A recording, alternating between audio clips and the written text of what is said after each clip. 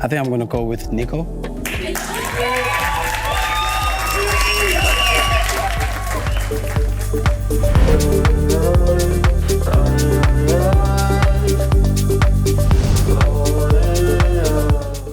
The past 2 months have been extremely eye-opening for me. I performed for Tresor and Sun Musician in Cape Town as part of the Hunters and Jacquel Culture House talent search. I then had the honor of being selected by Sun Musician as his mentee.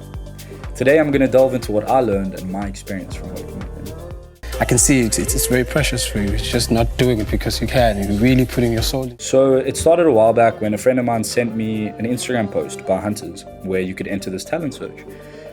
I submitted Hummingbird, which is the song playing now. I was fortunate enough to be selected as part of the top 10 among some other talented songwriters, vocalists, producers, and artists.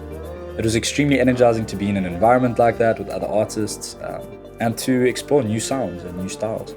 The organizers, Jacquel Culture House and Hunters, were extremely professional and welcoming. The venue was super cool, everything was top class. This episode actually aired on MTV, which was absolutely wild. In the build-up to this, I had an interview which featured on Hype magazine and a few other blogs.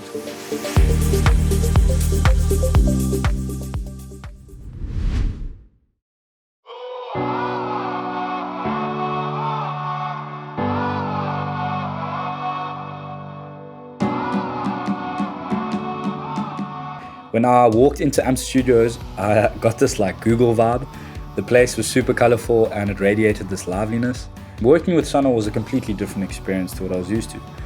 When I performed in Cape Town, I was extremely nervous and my confidence was a bit rocky.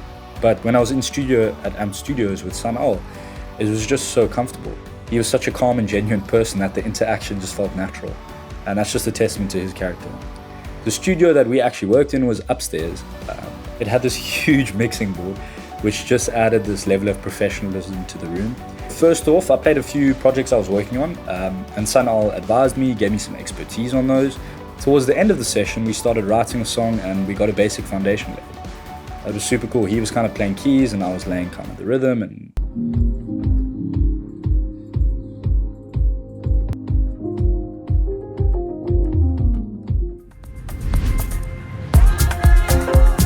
people do not worry as much as you think about genres. I love making melodic music. I do not confine my sound to one genre. Now don't get me wrong, it's important to do that sometimes, especially from a business perspective. This will help with playlisting, distribution, and defining who your target market is. But for me, some people say I make Afro, some people say I make house, some people say I make techno. For me, I trust my intuition. There's kind of a little bit of everything. But going into studio, I know Sun Musician sound, so I played him a lot more of my melodic projects and my Afro-influenced projects. But then something interesting happened. We had a little bit more time than what I thought, so I decided to play this one project which initially I wasn't going to play. I thought it was a bit too dark and too aggressive, but ironically, Sun Musician liked that project the most. And this taught me something very valuable. I thought to myself, how can this Afro house, very melodic, very emotional producer, like the most techno-y project? The point is, if a song resonates with you, it resonates with you. It doesn't matter if it's house, it doesn't matter if it's R&B, it doesn't matter if it's pop. And that taught me something very valuable, that people don't worry as much as you think about genres. Feeling overrides technical ability. The first few projects I showed were complex and they were mixed really well. They sounded clean, they sounded tight, and the reactions were generally good. Some were better than others, but the one project that changed the energy of the room was the one I thought was the sloppiest, was the one I had the least confidence in. It's the one that I'd spent the least amount of time on. We often get fatigued when we extensively work on something and we tend to lose our objectivity. Sometimes we forget what actually contributes to the feeling of this project.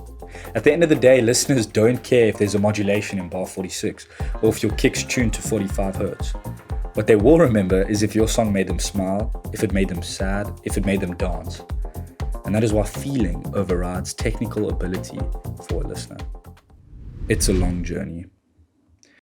Having listened to Sunal's growth and how he built his career, solidified the notion for me that an overnight success is simply a fantasy. And that's okay. Just listening to how hard he worked to get where he is, and even now how dedicated he is, showed me that even at the top, if you truly want to stay there and continue to make an impact, you have to work just as hard as you did when you had no fans. Another reason I say it's a long journey is because of the people I met at AMP Studios. Each of them having their own set of skills, their own preferences, and their own musical styles. It just showed me that the music industry keeps getting bigger and bigger every day, and it's becoming increasingly difficult to build a long-lasting fan base. But it's not impossible. Day after day, the relentless work that the best in any industry put in will eventually show.